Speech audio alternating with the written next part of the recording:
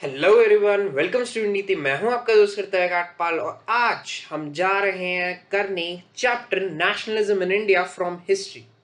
देखो, history even SST में पूरी बताऊं, कोई इतना डिफिकल्ट सब्जेक्ट नहीं है। हम उसे बना देते हैं, जिसमें हर सब्जेक्ट के लिए बोलता हूं, सब्जेक्ट डिफिकल्ट नहीं होता, हम उसे बना देते हैं। तो आज मैं आपके सामने डिस्कस करने वाला पूरा नेशनलिज्म इन यूरोप चैप्टर। एक ही शॉट में, वन शॉट ये वीडियो होने वाली है। बहुत ही आसान पॉइंटर्स, फ्लो चार्ट्स, पिक्चर्स के थ्रू मैं आपको एक पूरा चैप्टर समझाऊंगा, जिससे आप अपनी तैयारी बोर्ड्स के लिए, प्री बोर्ड्स के लिए, अपने हाफ ईयरलीज के बहुत स्पेशल है ये वीडियो, क्योंकि हाफ ईयरली पे फोकस्ड है। तो उसके लिए बहुत ही इंपॉर्टेंट चीजें मैं आपके साथ इसमें शेयर करने जाऊं, जो क्वेश्चंस भी आते हैं वो भी मैं आपको इसमें बताऊंगा। तो चलिए शुरू करते हैं आज के हमारे सफर के साथ। तो नेशनलिज्म इन यूरोप, पहले तो चैप्टर हम पूरा ये एनसीईआरटी के टॉपिक वाइज ही करेंगे, मैं आपको पहले बता दूं। तो शुरू करते हैं। तो पहला एनसीईआरटी का टॉपिक जो हमें दे रखा है इज फ्रेडरिक सोरो, पेंटिंग्स ऑफ फ्रेडरिक सोरो। He is a French artist था वो एक।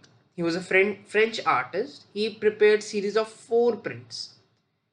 ध्यान देने वाला बात, एमसीक्यूज में बहुत आता है, 4 prints. Visualising his dream of world made up of democratic and social republics. यहाँ पे ना अब एक वर्ड आता है ड्रीम ऑफ वर्ल्ड के लिए, ना एक वर्ड यहाँ पे होता है, वो आपके एनसीईआरटी में मेंशन है, बहुत ही अच्छे से वो साइड में मेंशन है, वहाँ पे बॉक्स में। बहुत ज़रूरी होते हैं वो बॉक्स भी देखने, जो कि है जी यूटोपियन विजन। यूटोपियन विजन, ठीक है जी। इंपॉर्टेंट वर्ड है ये, यू नो। आपको एज 2 मार्क की फॉर्म में भी आ सकते हैं question, in half yearly specially.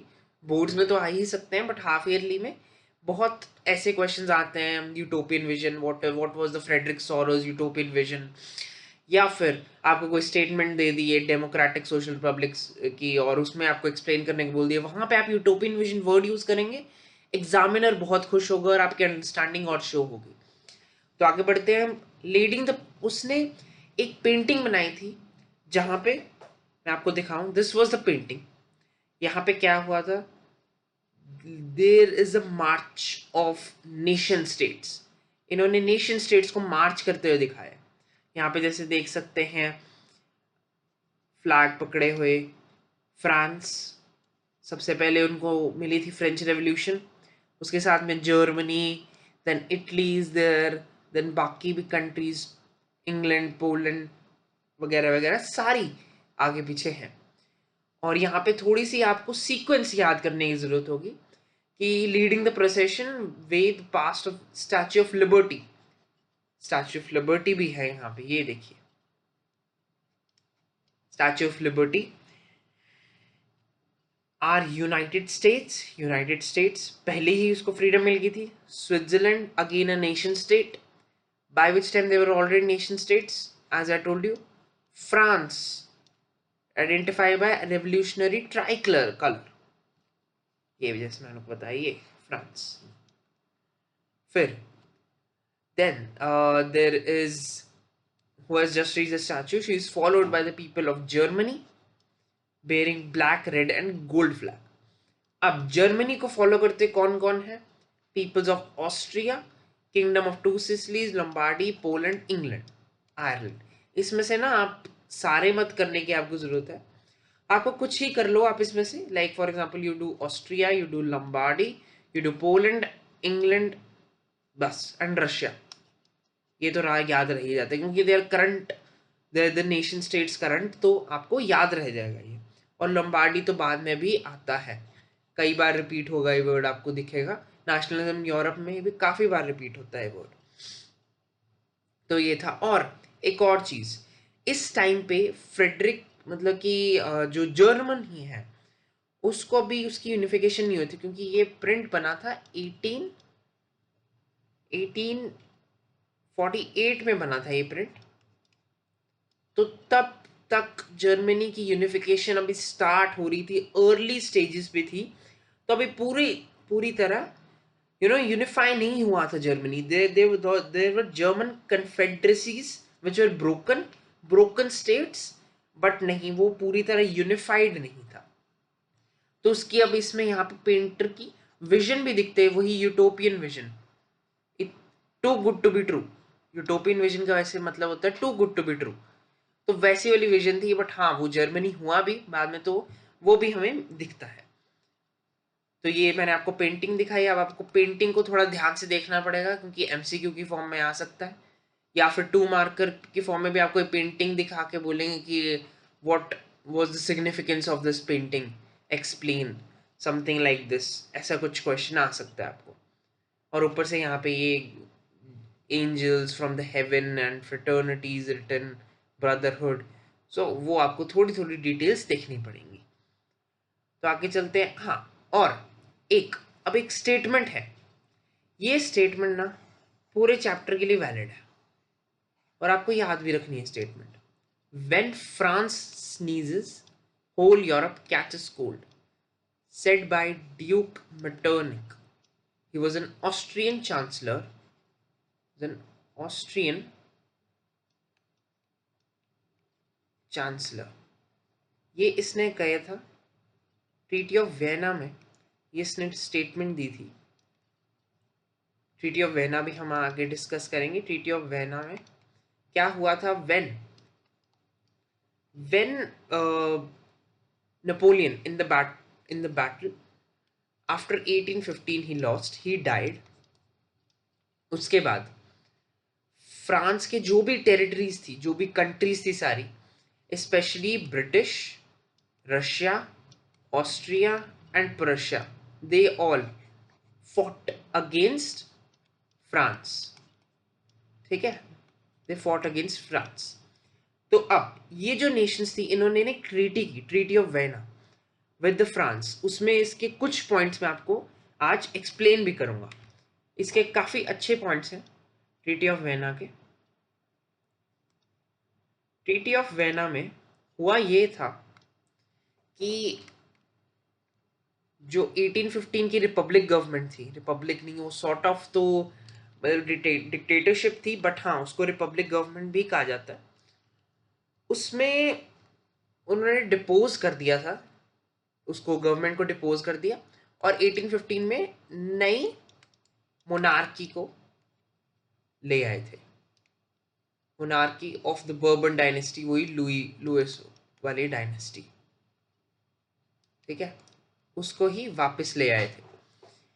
और साथ में कुछ जो फ्रांस की जो भी टेरिटरीज थी, जिसने जो भी टेरिटरीज जो यूरोप में उसने कैप्चर की थी, वो भी उससे वापस लेके उसके साइड में कुछ सेटअप कर दिया था. ये कंट्रीज जो हैं, Britain, Russia, Austria and Prussia, they were given new territories, especially Austria and Prussia. They were given more new territories to hold control upon. तो ये भी हम बात करेंगे. बट हाँ, ये जो स्टेटमेंट है ये बहुत ही इम्पोर्टेंट है, क्योंकि ये आप आंसर्स में भी यूज कर सकते हो. और हाँ, बहुत बार भी ये स्टेटमेंट क्वेश्चन में गिवन होती है आपको. प्री बोर्ड हाफ ईयरली में टीचर्स की फेवरेट होती है स्टेटमेंट, कॉम्पिटेंसी बेस्ड जिसको हम बोलते हैं. तो ये चीजें आपको याद रखने की जरूरत है. तो अब हमारा पहला मॉड्यूल हमें क्या कहता है? French revolution and the idea of the nation.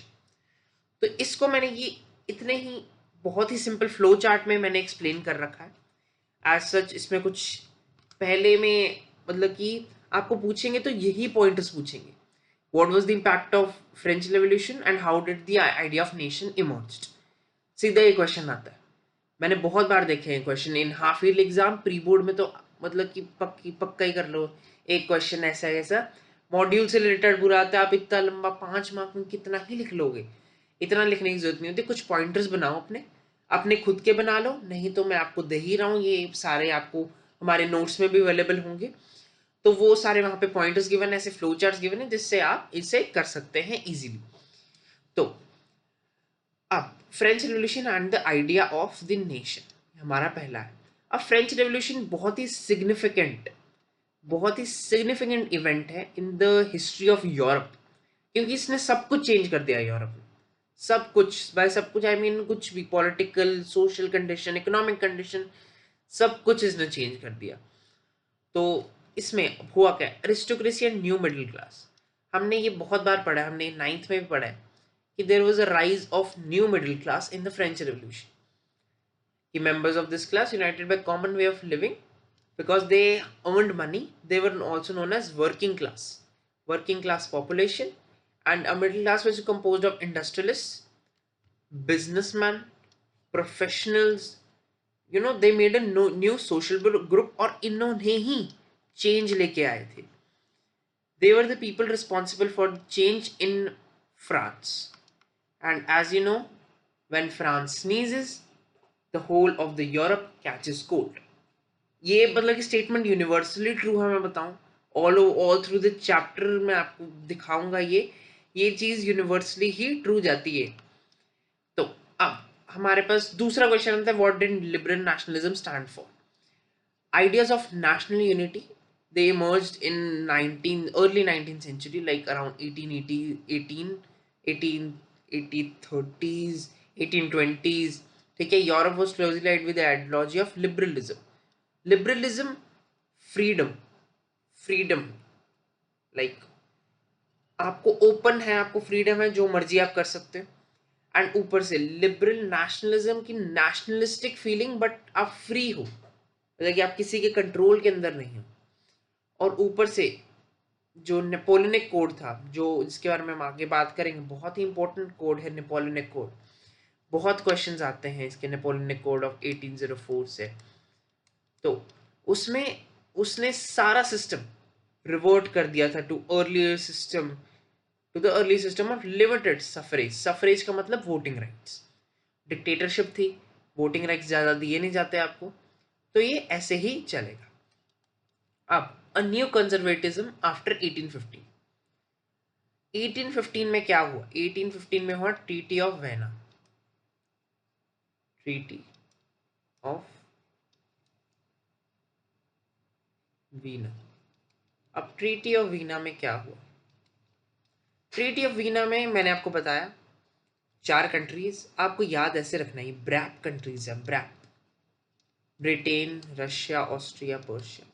ठीक है, ये इन्होंने किया था, they joint hands with each other and they you know इन्होंने खत्म कर दिया रशिया को, सॉरी फ्रांस को। और देन उन्होंने क्या किया, इन्होंने कन्फेडरेसीज बांट दी अपने अंदर ही।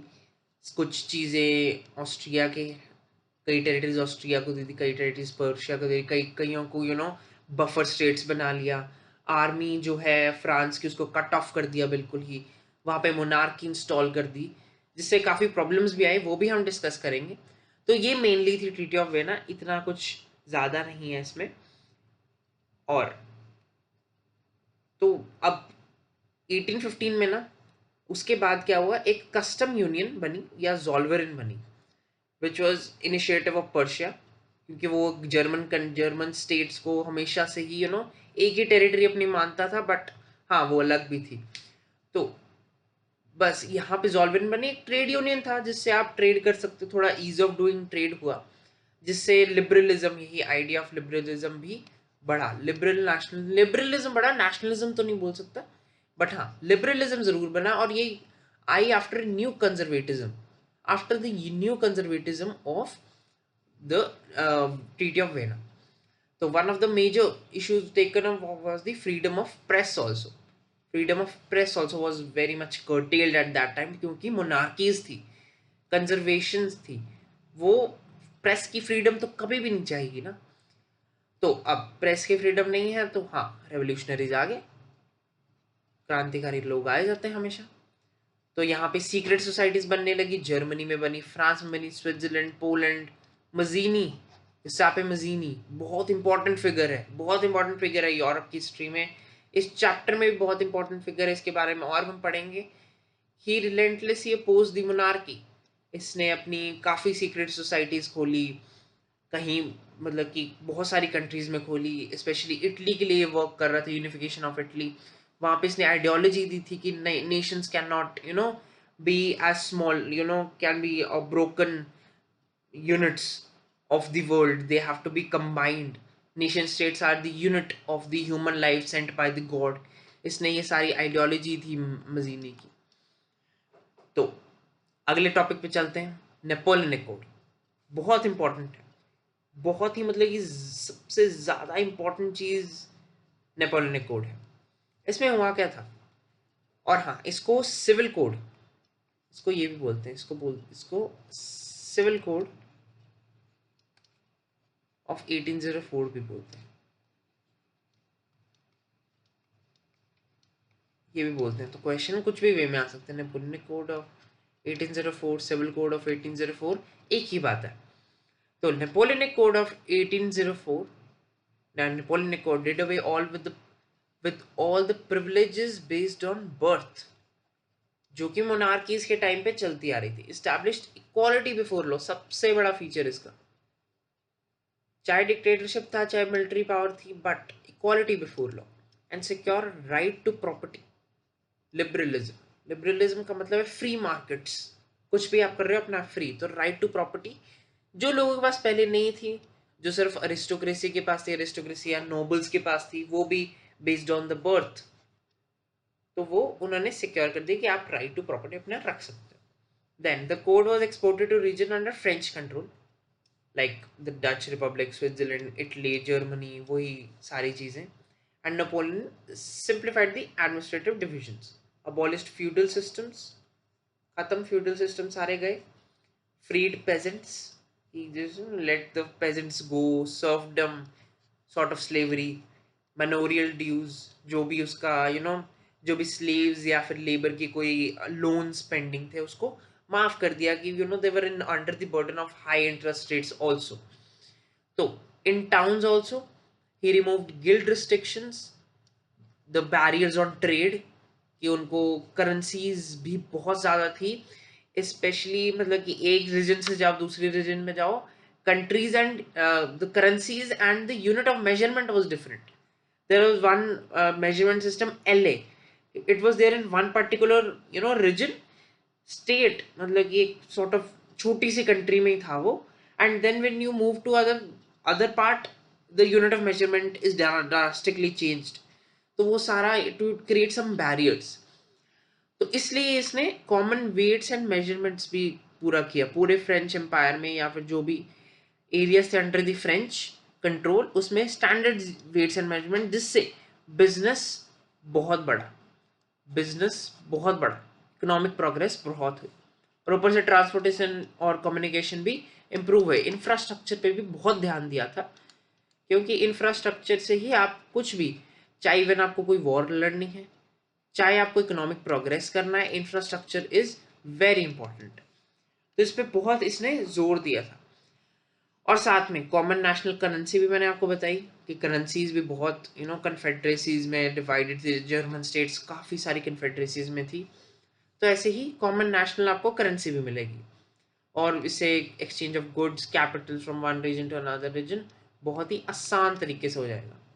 तो ये थे नेपोलियनिक कोड ऑफ 1804, बहुत इंपॉर्टेंट है ये। आपको ये 4 पॉइंट्स में आप लिखा हो, 4 या एक आपकी तरफ से अपनी तरफ से भी कुछ आप बना सकते हो, क्योंकि मेन तो यही है। देखो, आपको इसको एक्सटेंड करना चाह रहे हो, आप कर सकते हो। If it comes in 5 marks, most probably it comes in 3 marks. तो 3 मार्क्स के लिए इतने ही पॉइंट्स आपके लिए बहुत ही अच्छे हैं, क्योंकि टीचर्स को लमक के लंबे लंबे बड़े बड़े पॉइंट्स नहीं चाहिए होते, उनको प्रिसाइज पॉइंट्स चाहिए होते हैं। अगर आप प्रिसाइज पॉइंट्स लिखा एग्जाम में, तो you'll be getting full marks in SST also। तो नेपोलियनिक कोड जैसे मैंने आपको बताया, और हाँ बट क्या हुआ, नेपोलियनिक कोड तो आया, बहुत अच्छा था नेपोलियनिक कोड, ठीक है, जो कोड था सिविल कोड, नेपोलियनिक कोड बहुत अच्छा था। बट द थिंग वॉज कि इन्होंने जो पीपल वहाँ पे रह रहे थे, जो फ्रेंच कंट्रोल में चीज़ें थी, पहले तो कई लोगों ने like in Milan, city of Milan and Warsaw, they saw Napoleon as a peace bringer of peace, harbinger of peace in their society, in their world, in their city. But uh, हुआ ये कि उसने code तो लगा दिया, code अच्छा था civil code, but it outweighed the censorship, censor of press, है ना, और ऊपर से टैक्सेशन बढ़ा दी थी। Common weights and measurements currency तो थी, बट टैक्सेशन थी, बहुत ज़्यादा टैक्सेशन थी। ऊपर से अब और चीज़ की, आपको फ्रेंच आर्मी में रिक्रूट कर लिया जाता, फोर्स्ड रिक्रूटमेंट्स बहुत ज़्यादा हुई थी इस टाइम पे, क्योंकि वॉर्स बहुत हो रही थी। अगर वॉर्स ना हो रही होती ना, क्योंकि they had to capture from one place to another, तो ये वॉर्स के चलते there were forced recruitments from the villages, these cities which I'm talking about. तो इसने नेपोलियन को बैकफायर कर गया, and this outweighed the advantages of the Napoleonic code, और इसलिए these all people, these cities which I was telling you, Milan, Warsaw, Mainz, Brussels, they saw him as an enemy, मतलब कि पहले उसके बाद उसके साथ हॉस्टाइल हो गए,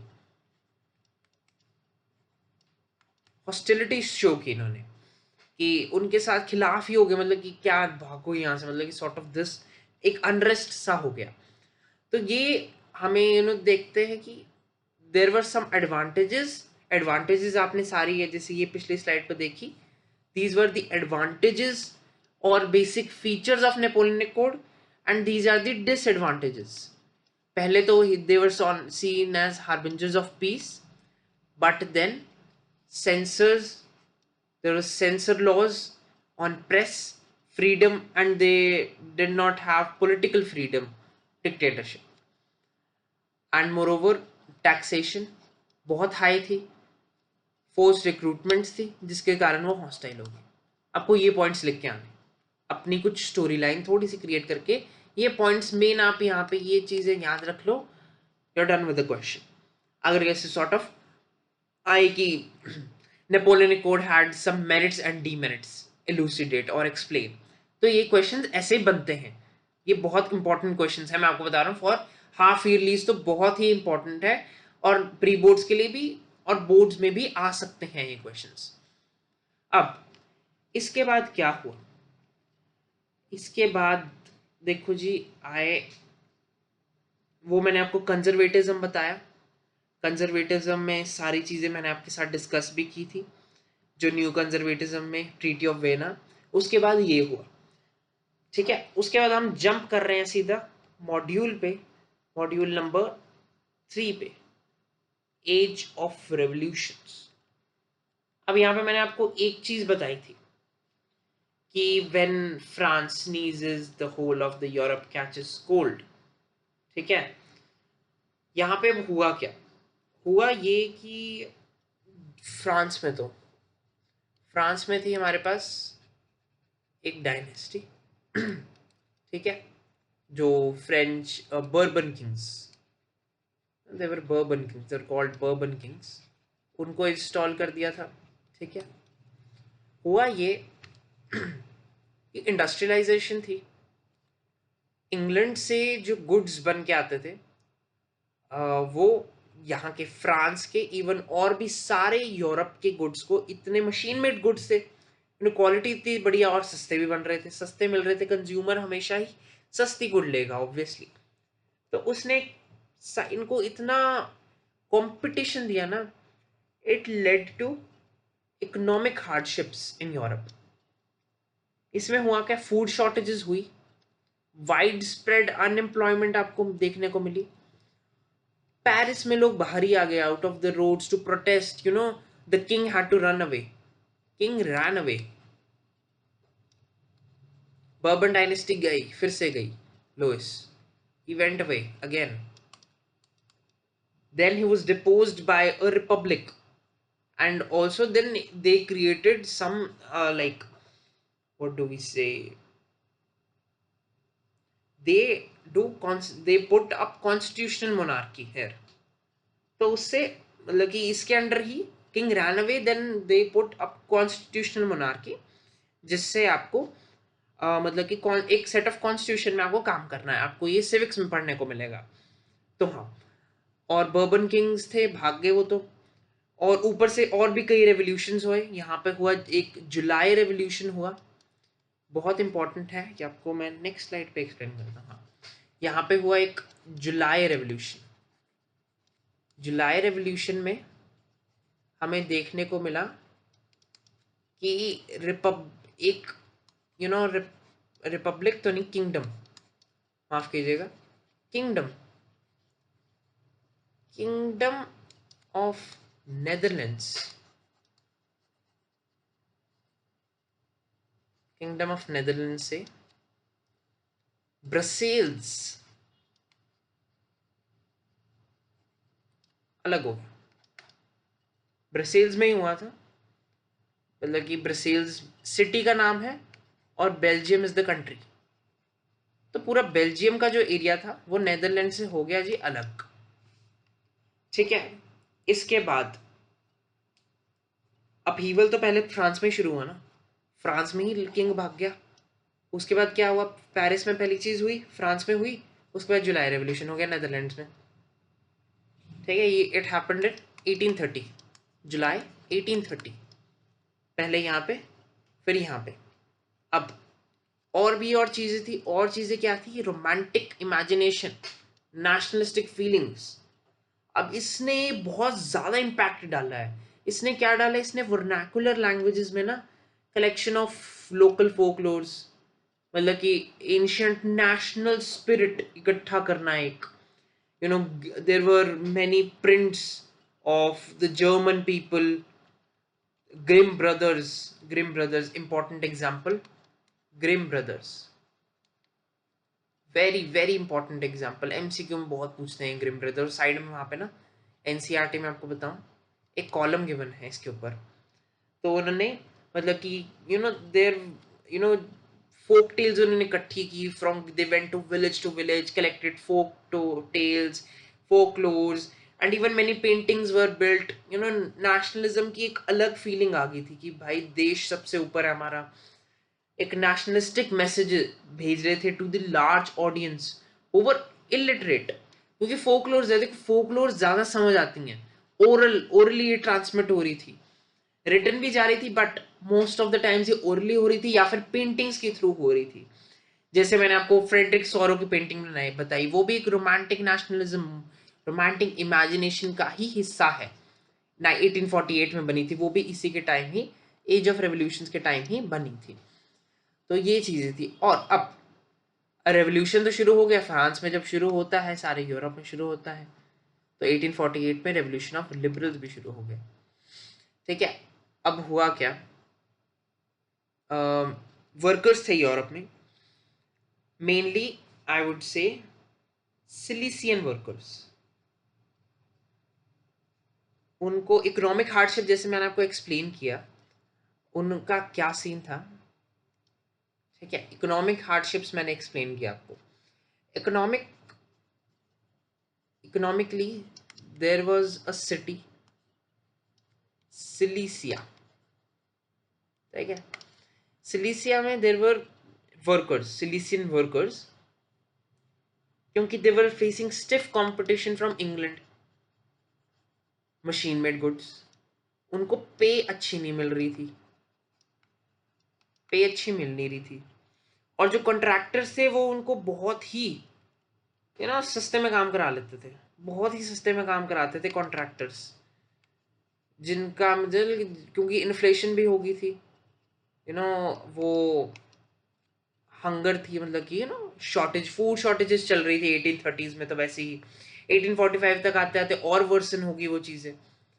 तो वो this led to the revolt against the contractors in 1845, Silesian workers protest या रिवोल्ट, कुछ भी आप बोल सकते हो।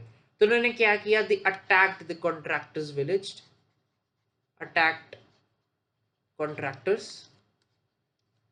मतलब कि 4 जून को at 2 p.m. the contractors had to fled their with their families, and उसके बाद इनके साथ भी क्या हुआ मैं आपको बताऊं, इनके दे वर फायर्ड अपॉन, इनके ऊपर गोलियां चला दी, के ऊपर गोलियां चला दी थी, वायर देवर प्रोटेस्टिंग वायलेंटली, क्योंकि घर जला दिए, अटैक ही कर दिया, घर ही जला दिए इनके कॉन्ट्रैक्टर्स की, they had to flee away, मतलब कि बाद में एक दिन बाद they came with protection of full army.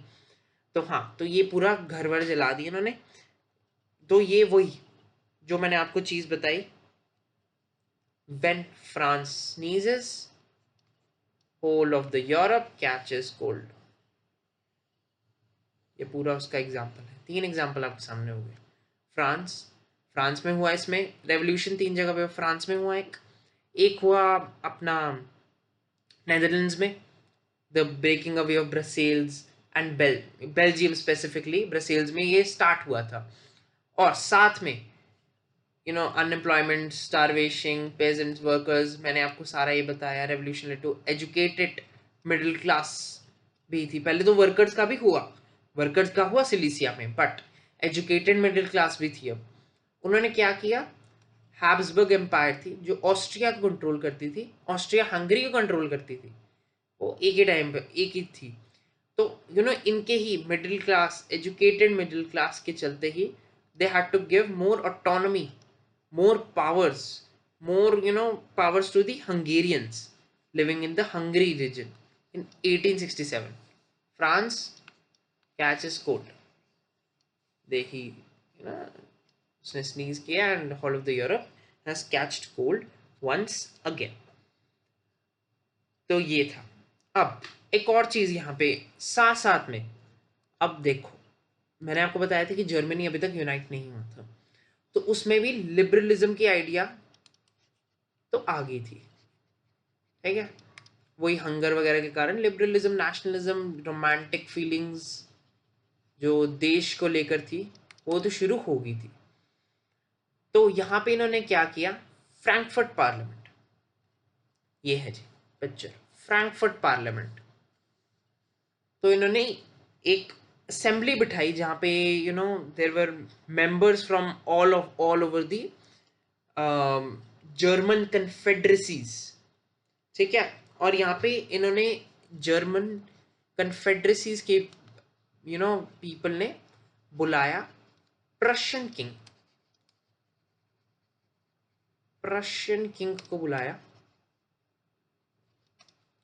His name was William, ठीक है जी, विलियम फोर, इसको बुलाया। इसको बोला कि you can it was an elected assembly actually Germany में, वहाँ पे रिप्रेजेंटेटिव इलेक्ट किए गए थे। उसका प्रोसेस हमको एक्सप्लेन, हमको पढ़ना भी नहीं लिखना भी नहीं, कहीं नहीं है एक्सप्लेन्ड है। तो सिलेक्टेड असेंबली थी, आपको ये देखना है फ्रैंकफर्ट पार्लियामेंट, ये भी याद रखना, नाम बहुत इंपॉर्टेंट है इसका क्योंकि यही कारण बनता है आगे जाके एक यूनिफिकेशन का कारण भी बनता है जर्मनी विद प्रशिया, ठीक है। विलियम फोर को बुलाया कि you can lead us under a constitutional monarchy, कि आप हमें यूनाइट कर लो, हम सारे हैं, बट कॉन्स्टिट्यूशनल मोनार्की होगी। अब एक मोनार्की अंडर कॉन्स्टिट्यूशन नहीं जीती, किंग है, वाई वुड ही डाइल्यूट कम क्यों करेगा अपनी पावर्स।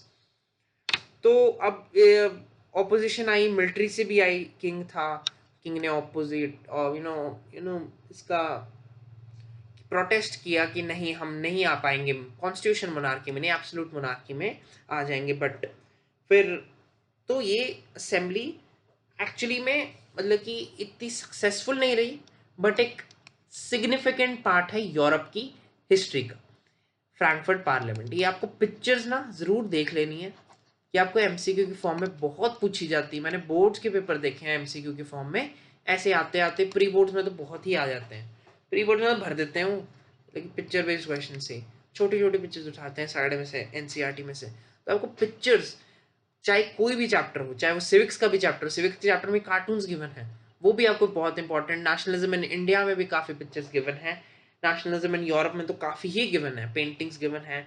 यहाँ पे आगे मेरियान और जर्मीनिया की भी आएगी, वो भी आपको याद रखनी है, ठीक है।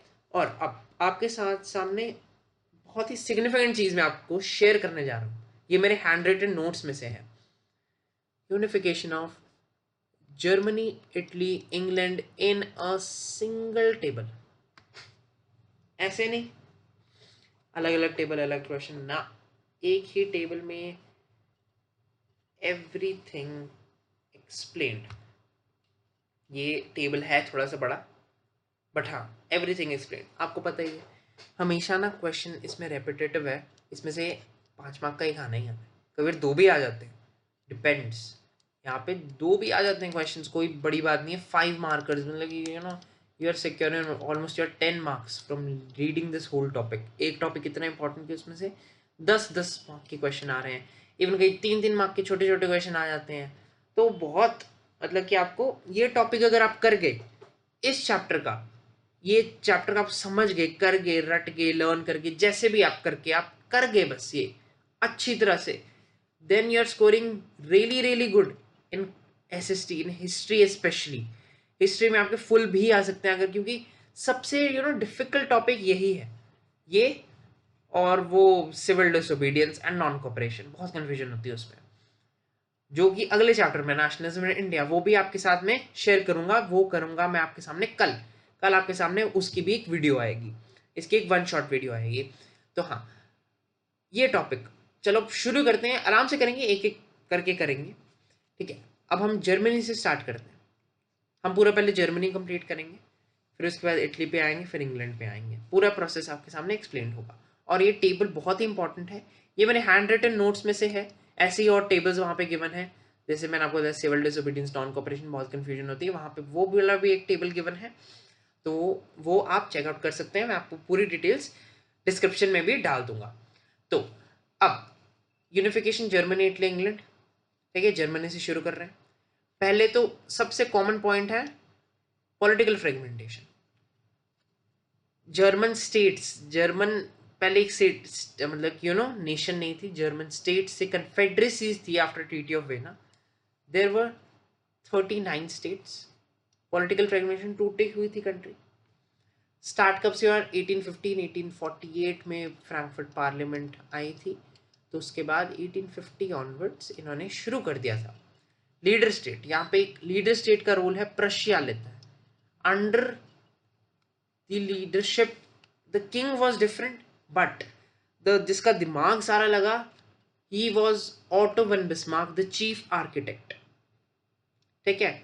आपको यूनिफिकेशन की डेट्स वैसे बहुत रेयर है पूछे, बट ठीक है अगर आपको याद होती है तो कर सकते हो आप, ठीक है। Auto von Bismarck, he was the chief architect of that particular thing, ठीक है। साथ में अब इसमें वॉर्स भी हुई, क्योंकि ये हुआ था प्रशिया की कंट्रोल से, तो उन फ्रैंकफर्ट पार्लियामेंट तो बिल्कुल ही मना कर दी गई थी, इसलिए उन्होंने वॉर्स की।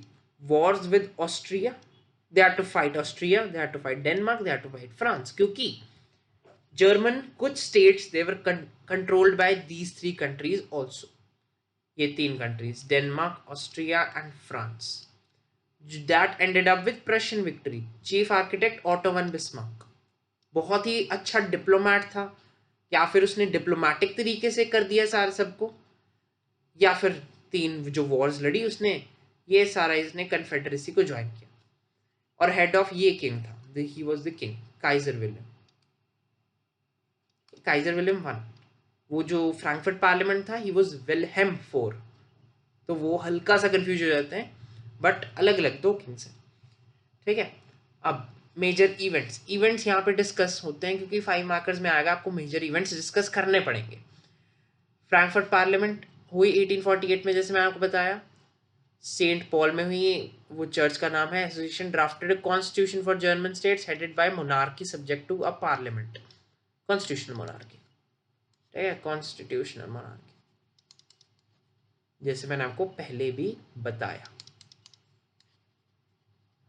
और साथ में अब 18 जनवरी 1871 assembly comprising of Prince of German states. ये लो जी, यहाँ हम सीधा यूनिफिकेशन पे पहुंच गए वैसे तो ये।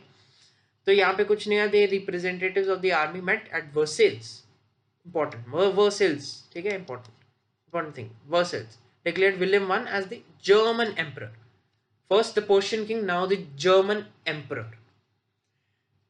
साथ में ये 3 वॉर्स भी आपकी ये सिग्निफिकेंट इवेंट्स में ही आती है। ये जो वॉर्स हो रही हैं डिप्लोमेटिक तरीके से, चाहे चाहे वॉर्स हो रही हैं, ये भी आपकी सिग्निफिकेंट इवेंट्स में आती है। क्यों मैंने आपको ये पहले बता दिया था, तो इसलिए मैंने इसमें इंक्लूड नहीं किया। और चेंजेस क्या हुए? मॉडर्नाइजेशन हुई, करेंसी चेंज कर दी उन्होंने, करेंसी को यूनिफाई कर दिया कि एक ही करेंसी कर दी, क्योंकि हर जर्मन स्टेट की, पहले मैं आपको बताऊं, 39 स्टेट्स थी, 39 डिफरेंट करेंसीज थी। 39 करेंसी मतलब कि थी भी बहुत, थी भी मतलब कि छोटी छोटी स्टेट्स थी, यहाँ पे एक स्टेट, यहाँ पे एक स्टेट, यहाँ पे एक स्टेट। तो कोई भी मतलब कि ट्रेडर आता तो मतलब कि एक सॉर्ट ऑफ सिटी स्टेट ही थी। ट्रेडर्स आते तो मतलब कि उनको करेंसी यहाँ पे चेंज, फिर यहाँ पे चेंज, फिर यहाँ पे चेंज, यहाँ पे चेंज करेंसी। इवन जो यूनिट्स ऑफ मेजरमेंट, जैसे मैं आपको LA बताया था, एक यूनिट ऑफ मेजरमेंट था, और एक और यूनिट ऑफ मेजरमेंट था। LA की एग्जांपल मोस्टली गिवन है NCERT में, तो हम LA को ही फॉलो करेंगे। LA was there is something metre and another the unit of measurement was different. तो उसमें भी ट्रेडर्स को, बिजनेस पीपल को बहुत कंफ्यूजन होती थी, हाउ टू पे टैक्सेस, कितना टैक्स है, कैसे है। साथ में ही the king change the banking system, legal system also, judicial system was change. तो ये डेवलप होगी। अब इसके साथ अब चलते हैं जी हमारे अगली यूनिफिकेशन पे। बहुत ही मतलब कि सिमिलर यूनिफिकेशन है आपकी इसकी भी, इटली की, बट हाँ इसमें स्टेट्स कम थी, 7 स्टेट्स थी, और ये जल्दी शुरू हो गया था। एक चीज़ आपको याद आनी, ये लेट शुरू हुआ था, ये जल्दी शुरू हो गया था। जर्मनी और इटली में ये है इट, तो इन्होंने क्या किया, सिमिलर सी है, वॉर्स भी है इसमें, डिप्लोमेटिक रिलेशंस भी हैं, ठीक है। और इसमें थोड़े से रोल्स ज़्यादा हैं, जैसे इसमें तो सिर्फ ऑटो वन बिस्मार्क था। नाम याद करना बहुत इंपॉर्टेंट है, बहुत ही ज़्यादा अच्छी तरह से आपको याद करना।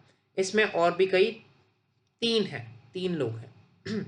तो आप इसके लास्ट नेम्स ही याद करना, don't go on the first names, क्योंकि first names can be confusing, बहुत कंफ्यूज होते हैं इसमें लोग, ठीक है। तो लीडर स्टेट यहाँ पे था Sardinia Piedmont, the only Italian princely state. ये जो 7 स्टेट्स मैं आपको बता रहा हूँ ना, they were controlled by different different dynasties which were not Italian at all. They were either like the kings of France, the papal state of Pope, और kingdom of Sicilies, which I was telling, वो जो sorrow की painting में भी दिखाई दी थी हमें, वो पपल स्टेट वाज देयर। तो दे वर फ्रेगमेंटेड, मतलब कि फ्रेगमेंटेड ही था, हर जगह पॉलिटिकल फ्रेगमेंटेशन थी जहाँ पे यूनिफिकेशन, इसलिए तो यूनिफिकेशन करने की जरूरत पड़ी हमें, पॉलिटिकल फ्रेगमेंटेशन थी इसलिए तो यूनिफिकेशन करनी थी। तो आइडिया, सबसे पहले आइडिया थे मजीनी ने, मैंने आपको पहले बताया था, मजीनी जो रिवोल्यूशंस वाले में भी आया था, रेवोल्यूशनरीज में आया था, मजीनी ने, मजीनी द मोस्ट इंपॉर्टेंट पर्सन है, ठीक है। मजीनी ने इटालियन मतलब कि आइडिया दिया था नेशनलिज्म का, why should Italy be staying as fragmented fragmented state, ठीक है, व्हाई नॉट वन इटली, और you can say la Italia, एक वर्ड है la Italia, I am not sure if I am pronouncing it correct, but हाँ ये word है la Italia, ला Italia या ला Italia, जैसे मर्जी आप बोल सकते हो। तो ला इटालिया वॉज एक state, one Italy, why fragmented into 7 states, क्यों है 7 स्टेट्स। तो इसने ये पूरा आइडिया दिया मजीनी ने। साथ में अब chief minister of the Sardinia Piedmont, Cavour, जैसे ऑटोवन बिस्मार्क था यहाँ पे, वो उसका सारा काम केवर ने किया यहाँ पे, सारी मिलिट्री सपोर्ट तो नहीं, बट हाँ डिप्लोमेटिक सपोर्ट इसने सारी की। अगर कोई नहीं माना तो फिर मिलिट्री सपोर्ट के लिए हमारे पास है Garibaldi. Garibaldi, he was again a revolutionary, inspired by Mazzini, very inspired by Mazzini. He was also known as hero of red shirt, इसको हम हीरो ऑफ रेड शर्ट भी बोलते हैं। Red shirt would indicate farmers, ठीक है, क्योंकि इसने states में जाके, जो 7 स्टेट्स में से साउथ में जाके ना किंगडम ऑफ टू सिसिलीज में फार्मर्स को इकट्ठा कर लिया and they revolted against the king, जिससे आर्मी की बहुत सपोर्ट इसको मिली, मतलब कि आर्मी सॉर्ट ऑफ आर्मी ही बना ली इसने, और ही रिवोल्टेड अगेंस्ट द किंग, और जिसने बहुत ही हेल्प की इन द 1961 यूनिफिकेशन, मतलब यूनिफिकेशन, फाइनल यूनिफिकेशन हुई 1961 में। तो इनके रोल बहुत इंपॉर्टेंट है। मजीनी आइडिया सबसे मजीनी ने दिया, डिप्लोमेटिक काम केवर ने किया, लड़ाइयाँ सारी गैरिबिल्दी ने की। अगर डिप्लोमेट से कोई नहीं मानना बनता तो लड़ाइयाँ इसने कर ली सारी। हीरो ऑफ रेड शर्ट्स, ये इंपॉर्टेंट टर्म आपको लिखनी चाहिए, एग्जाम में इसके मार्क्स मिलते हैं ऐसे इंपॉर्टेंट टर्म्स लिखने के। आप ये कीवर्ड्स आप अंडरस्टैंड करोगे, आप समझोगे, आपको मार्क्स बहुत अच्छे आएंगे आपके। तो अब जैसे यहाँ पे 3 वॉर्स हुई थी, ऑस्ट्रिया हमेशा ही रहेगा, क्योंकि ऑस्ट्रिया ने अपने पैर बहुत फैला रखे थे। The northern part of Italy was controlled by the Austrian Habsburg empire, ठीक है। और स्पेन और ऑस्ट्रिया के साथ इनकी लड़ाइयाँ हुई, जिसमें गैरिबल्दी इसने पूरा काम किया इनके साथ एंड लेड टू द, मतलब वॉर हुई साथ में डिप्लोमेटिक कुछ भी हुआ, and this led to the unification of Italy. और यहाँ पे किंग था विक्टर इमानुएल टू। मेन मतलब कि मोटिव इसका ही था, मोटिव इसका था, एग्जीक्यूट इन सब ने किया, एग्जीक्यूट मजीनी ने किया, केवर ने किया, गैरिबल्दी ने किया, इन सब ने एग्जीक्यूट किया। मोटिव पूरा भाई सा इनका ही था, विक्टर इमानुएल का ही था, विक्टर इमानुएल टू का, ठीक है। अब मेजर इवेंट्स यहाँ पे कौन से हुए, मेजर इवेंट्स में अगर हम जाएं तो the attempt of Mazzini, founder of Young Italy, एक इसकी सीक्रेट सोसाइटी थी यंग इटली के नाम से, under the revolutionaries to establish unitary Italy, Italian republic failed. ये पहले फेल हो गई थी ऑलरेडी, मजीनी ने बहुत ट्राई किया, बस इसने आइडिया देके छोड़ दिया, बट कंप्लीट नहीं कर पाया क्योंकि हमेशा ही क्रश की जाती थी इनकी revolt. Cavour, chief minister of Sardinia Piedmont, defeated Austria 1859, Austria को हरा दिया, वो एरिया कंट्रोल कर लिया। Garibaldi succeeding in driving out Spanish rulers in 1860, Spanish rulers with the help of farmers, hero of red shirt, जैसे मैं आपको पहले भी बताया। और अब फाइनल यूनिफिकेशन होगी 1861 में, Victor Emmanuel two was proclaimed the king of united Italy, done, खत्म।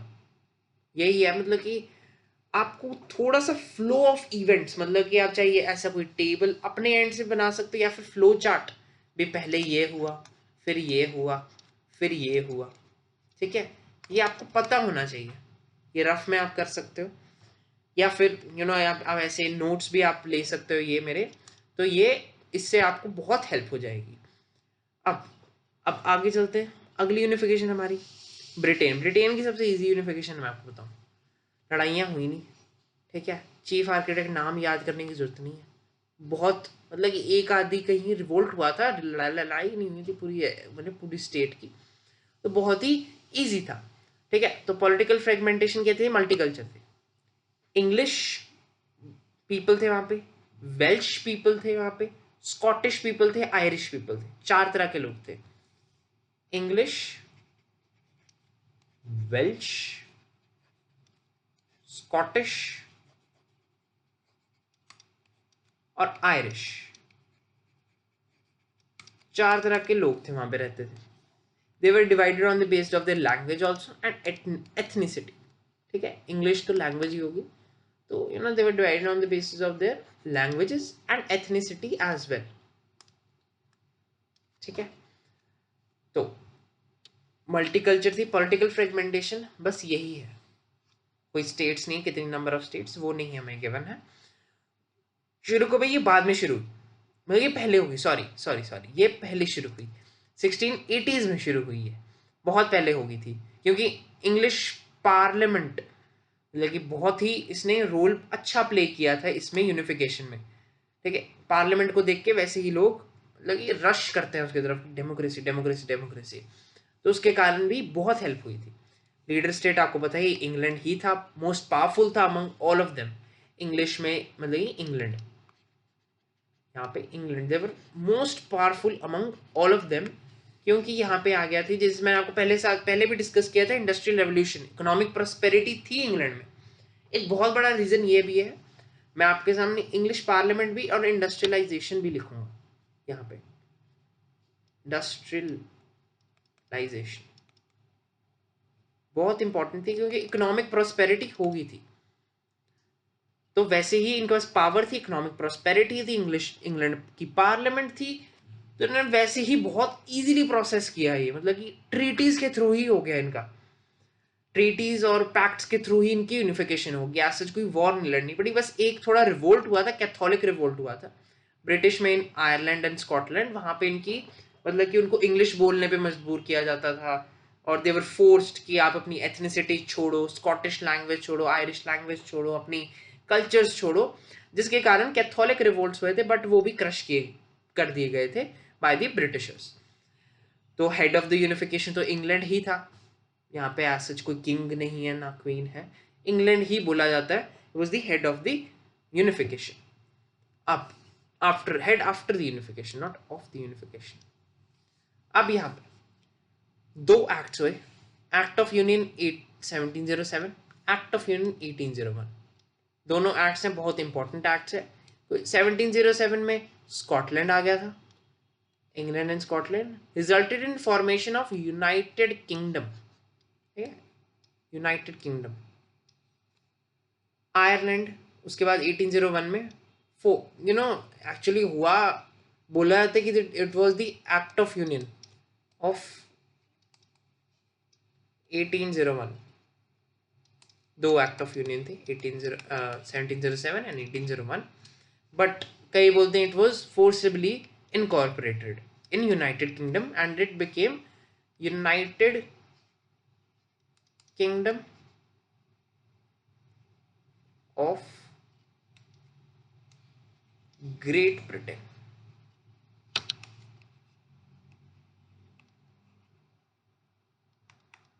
ये जी हो गया इसका नाम, United Kingdom of Great Britain, क्योंकि इसने कई किंगडम्स को, जैसे मैंने आपको पिछली स्लाइड में एक्सप्लेन किया, English, Welsh, Scottish, Irish, England, Wales, Scotland, Ireland, 4 countries होगी ना, तो इनको भी इनकॉर्पोरेट कर लिया and it became United Kingdom of Great Britain. ठीक है जी, तो ये थी ना, ये 3 है, ये 3 यूनिफिकेशंस है। अगर आपको ये 3 यूनिफिकेशंस हो गई याद, चाहे आप ये टेबल के थ्रू करिए, चाहे आप किसी भी तरीके से करिए, टेबल बहुत ही इजी है, सिंप्लीफाइड टेबल है, जैसे आपको देखा, कोई ये ज़्यादा हौच पौच नहीं है, इजी सा टेबल है, इवेंट्स गिवन है, यही आपको पॉइंट्स लिख के आने हैं एग्जाम में, ज़्यादा आपसे पूछ नहीं रहे, इतने ही 5 मार्कर्स के लिए भी इनफ होते हैं, और 3 मार्कर्स भी बहुत अच्छे हैं, ये 3 मार्कर्स के लिए तो बहुत ज़्यादा ही गिवन है। बट हाँ, आपको ये अगर याद हो गया, चाहे वो आप टेबल के थ्रू करिए, टेबल के थ्रू बहुत ही ईजी है, ये आपको याद हो गया, आपका नेशनलिज्म इन यूरोप, बोल रहा हूँ 60% नेशनलिज्म इन यूरोप ये है जहाँ से क्वेश्चन आते हैं, बाकी से भी आते हैं, but 60% is a huge number, वहाँ यहीं से क्वेश्चन आते हैं। तो अब हाँ, एक और चीज़ यहाँ पे ब्रिटेन में क्या हुआ, हाँ ये चेंजेस रह गए ब्रिटेन के, changes after unification, symbol of new Britain, British flag introduce किया, सिग्निफिकेंट चेंजेस यहीं पे हुए थे, नेशनल एंथम अडॉप्ट हुआ, इंग्लिश लैंग्वेज अडॉप्ट हुई, प्रमोट हुई, वही मैंने स्कॉटलैंड का आपको एक एग्जाम्पल भी दिया जहाँ पे रिवोल्ट भी हुआ था, तो कैथोलिक रिवोल्ट हुआ, तो वो इसके अगेंस्ट ही हुआ था कि why are you imposing English language on us, English culture on us, तो वही पूरा रिवोल्ट हुआ था इंग्लिश लैंग्वेज के कारण। ब्रिटिश फ्लैग निकाला था, द यूनियन जैक, ये भी आप इम्पोर्टेंट है, एमसीक्यू में पूछ सकते हैं, ब्रिटिश फ्लैग को हम Union Jack, the Union Jack. तो अब देखिए, अब सारी स्टेट्स जो ना बार बार से यूनिफाई हो रही है, जो फ्रेडरिक सोरो की जो पेंटिंग थी, फ्रेंच आर्टिस्ट की पेंटिंग थी, इतनी अच्छी एक्यूरेट उसने बनाई थी। पहला अपना वो हो गया, जर्मनी हो गया, इटली हो गया, इंग्लैंड हो गया, इंग्लैंड वैसे उस पेंटिंग से पहले ही हो गया था, इवन बट इटली और जर्मनी का प्रोसेस चल रहा था और उसने वो भी प्रिडिक्ट कर दिया था। तो हमें जैसे हमने पढ़ा रोमांटिक नेशनलिज्म, तो वैसे ही रोमांटिक नेशनलिज्म के ही कंसेप्ट पे आती है एलर्जरी।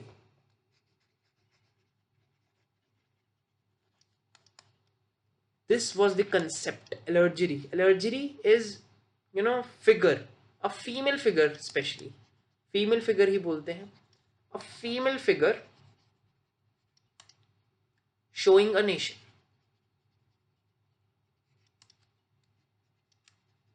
representing a nation या showing a nation, ठीक है। तो ये थी allergy in a form of statute, या फिर स्टैचू होगा कोई, ठीक है, या फिर पेंटिंग होगी, जैसे ये है एक पेंटिंग, ये है Germania, representing Germany, Germania, important, very important. अब इसके आप फीचर्स, विजुअल ही फीचर्स देखिए। शी हैज ओक क्राउन, मैं कोई और मार्कर लूं कलर का, विजिबल हो। She has oak crown symbolising heroism and democracy and unity as well. Peace को भी सिंबलाइज कर देता है कभी बार ये, क्योंकि काफ़ी इंटरप्रिटेशन है इसकी ओवर थ्रू आउट। बट हाँ, यहाँ पे ये ब्रोकन चेन्स आपको दिखाई दे रही होगी, ये पेंटिंग में कलरिंग है तो थोड़ा सा, ठीक है, ये ब्रोकन चेन्स हैं यहाँ पे। Freedom, free, free from any restrictions, ठीक है। और यहाँ पे स्वॉर्ड दिख रही है कि if anyone would curtail our freedom will fight. सन की आपको पीछे रेज दिखाई दे रही हैं, ये देखिए yellowish, beginning of a new era, era एक नया बिगिनिंग स्टार्ट हो रहा है। ये ट्राई कलर आपको फ्लैग दिखाई दे रहा है। This was for done by the liberal nationalism in the when there were states, when there were German states, तो वहाँ पे लिबरल नेशनलिस्टिक एलिमेंट्स ने ये फ्लैग डिजाइन किया था, और इसको ही हमने जर्मेनिया में इनकॉर्पोरेट किया। यहाँ पे आप पूरा फ्लैग देखिए, black, red and yellow flag, ठीक है। ये थी जर्मेनिया के कुछ फीचर्स, क्योंकि ये इंपॉर्टेंट है। साथ में आपको जर्मेनिया तो मैंने आपको बताया, साथ में अब फ्रांस के लिए, अगेन फ्रांस के लिए, फ्रांस में भी सेम ही एलर्जरी थी, एक नेम्ड मैरियन, ठीक है, मैरियन थी, सिमिलर टू जर्मेनिया, बट हाँ वो बस फ्रांस की थी, रिपब्लिक ऑफ फ्रांस थी, और भी कई एक, मतलब ये नेम भी इसको एक पॉपुलर क्रिश्चियन नेम है, थोड़ा रिलीजन से रिलेटेड, बट हाँ वो कंट्री का बेसिस ही यूनिफिकेशन का रिलीजन भी हो सकता, कोई भी बेसिस हो सकता है, चाहे कॉमन लैंग्वेज हो, चाहे कॉमन आइडेंटिटी हो कोई, चाहे कॉमन कुछ भी हो, आप कल्चर शेयर करते हो, तो वो भी एक यूनिफिकेशन का रीजन बनता है एक नेशन स्टेट का। और ऊपर से आपने एक देखी होगी कि जस्टिस के लिए एक blind fold women carrying pair of weighing scales आपको दिखती है, वेइंग स्केल्स, ठीक है, वो आपको दिखती है, तो वो भी एक सॉर्ट ऑफ एलर्जरी ही है फॉर जस्टिस। और कई क्वाइंस स्टैम्प्स भी जर्मेनिया एंड मैरियन की photos, and they were printed, embedded to show a national unity और a great sense of nationalism among the people, एक nationalism की भावना जनरेट करनी between people, ठीक है। अब सबसे बड़ा लास्ट टॉपिक है जी ये आज के सेशन का, और सबसे इंपॉर्टेंट टॉपिक भी, after the unification, this is the point, this is the topic where most of the questions come from. इतने सालों से यहीं से मैंने इंपॉर्टेंट क्वेश्चन, आपको प्रीवियस ईयर क्वेश्चंस भी आपको मैं देखूं तो यहीं से ही क्वेश्चंस आ रहे हैं, और कहीं से आए ही नहीं। ऐसा टॉपिक है ये, मतलब इसमें 3 मार्कर्स मैंने बहुत देखे हैं, 5 मार्कर्स मैंने बहुत देखे हैं, बहुत आते हैं इसमें से क्वेश्चंस। तो Balkan issue, Balkan region, Balkan region था कौन सा? बल्कन रीजन था ग्रीस वाला रीजन, ग्रीस वाला रीजन। ग्रीस को तो वो कॉन्स्टेंटिनोपल की एक एक थी ट्रीटी ऑफ कॉन्स्टेंटिनोपल, ठीक है, वहां पे तो मिल गई थी, मतलब कि फ्रीडम मिल गई थी ऑटोमन एम्पायर से, ठीक है, 1861 में. बट बाकी Nations they still struggle for their identity. ये सारी नेशंस. तो पढ़ते हैं इसको. बल्कन रीजन था क्या? Balkan region geographical and ethnic variations का था. अलग अलग कल्चर्स के लोग उसी एरिया में, छोटा सा एरिया, कोई ज़्यादा बड़ा एरिया नहीं आप सोच रहे हो. यूरोप का बहुत ही छोटा सा पार्ट है, बट हाँ सिग्निफिकेंट पार्ट है. छोटी छोटी कंट्रीज थी वहाँ पे. मॉडर्न डे रोमेनिया आज भी छोटी छोटी कंट्रीज है. और आपको ये सारी मैंने जो लिस्ट दी है बस आप इतने ही याद रख लो. नेशन स्टेट्स इतने नहीं होते तो कोई भी 5 कर लो जो इजी इजी लगते हैं आपको. Present Romania, Bulgaria, Albania, Greece important, Macedonia, Slovenia and Serbia. ठीक है. whose inhabitants were also known as Slavs, not slaves.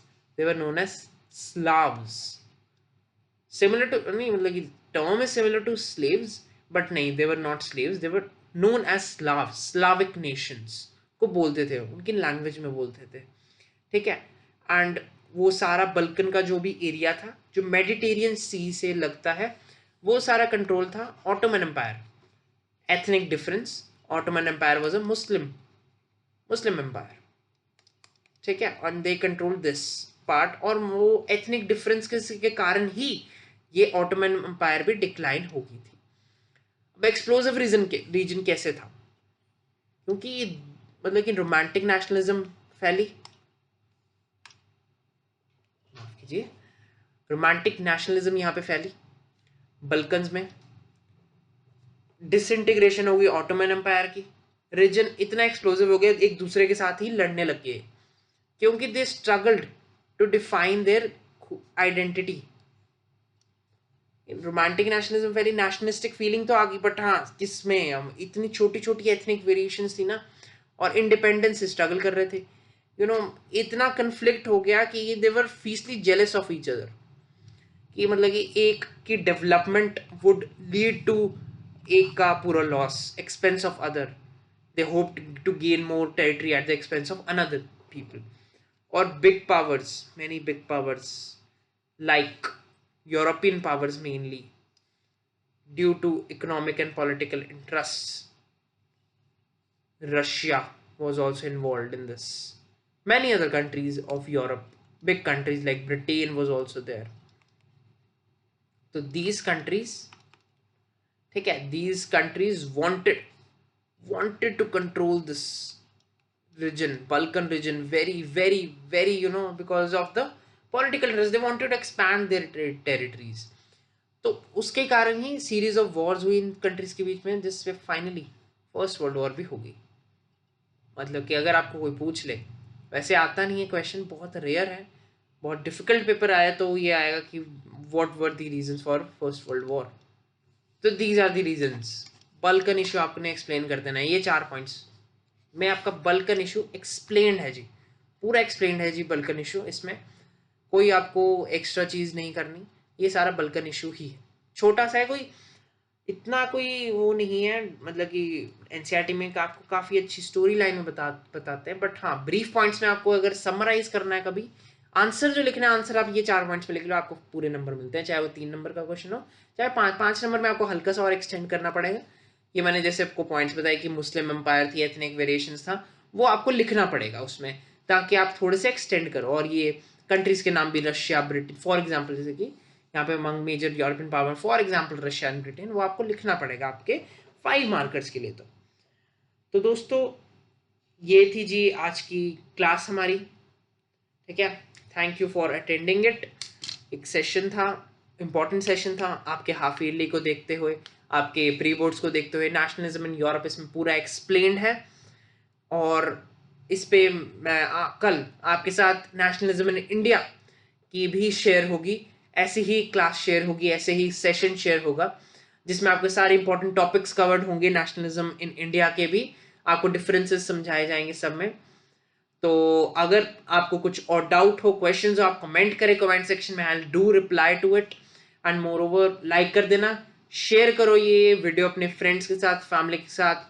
Subscribe करने बिना मत जाना चैनल, क्योंकि ऐसे ही अब टॉपिक्स एक एक चैप्टर को लेते हुए हम आगे आएंगे आपके साथ पूरी एक सीरीज ऑफ एसएसटी के चैप्टर्स आएंगे. तो जुड़े रहे हमारे चैनल के साथ, मिलता हूं अगले वीडियो में। Till then keep learning, keep growing.